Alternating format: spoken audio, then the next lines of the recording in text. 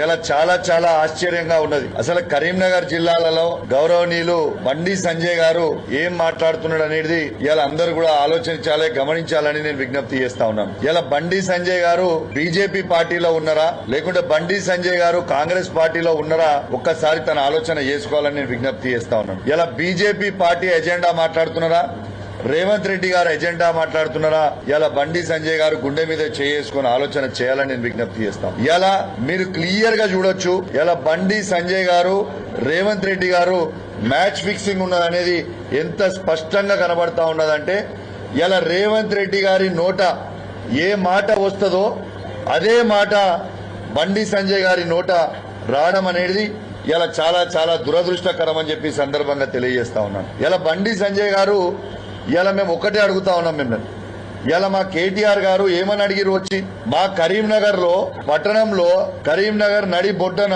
ఇలా బండి సంజయ్ గారి ఇంటికి కూతవేట దూరం నుంచి ఇలా సిపి గారు ఆఫీసర్ నుంచి కూతవేట దూరం నుంచి ఇలా ఫైరింగ్ సంఘటన అనేది జరిగింది. ఇలా ఇది పూర్తి ప్రభుత్వం ఫెయిలియర్ అని మేము చెప్తే ఇలా బండి సంజయ్ గారు తిట్టాల్సింది రేవంత్ రెడ్డి గారినా కేటీఆర్ గారినా? ఇలా కేటీఆర్ గారు ఇలా ప్రజలకి అండగా ఉండడానికి ఇలా కరీంనగర్ జిల్లాలో కరీంనగర్ పట్టణంలో ప్రత్యేకంగా ప్రజలందరికీ కూడా ధైర్యం నింపడానికి ఇలా ప్రజల పక్షాన కేటీఆర్ గారు వచ్చి ఈడ ఫైరింగ్ ఎందుకైందని అడిగితే బండి సంజయ్ గారు తిట్టాల్సింది ఎవరిని? బండి సంజయ్ గారిని నేను అడిగినా మీరు రాజీనామా చేయాలని నేను అడిగినా, కానీ బండి సంజయ్ గారు ఏమన్నారు, నాకేం సంబంధం లేదు కదా, మరి ఇది ప్రభుత్వానికి సంబంధించింది కదా, మరి తిట్టాల్సింది రేవంత్ రెడ్డి గారినా కేటీఆర్ గారినా? రేవంత్ రెడ్డి గారిని బండి సంజయ్ గారు ఇప్పటిదాకా ఒక్క మాట ఎందుకు అనలే?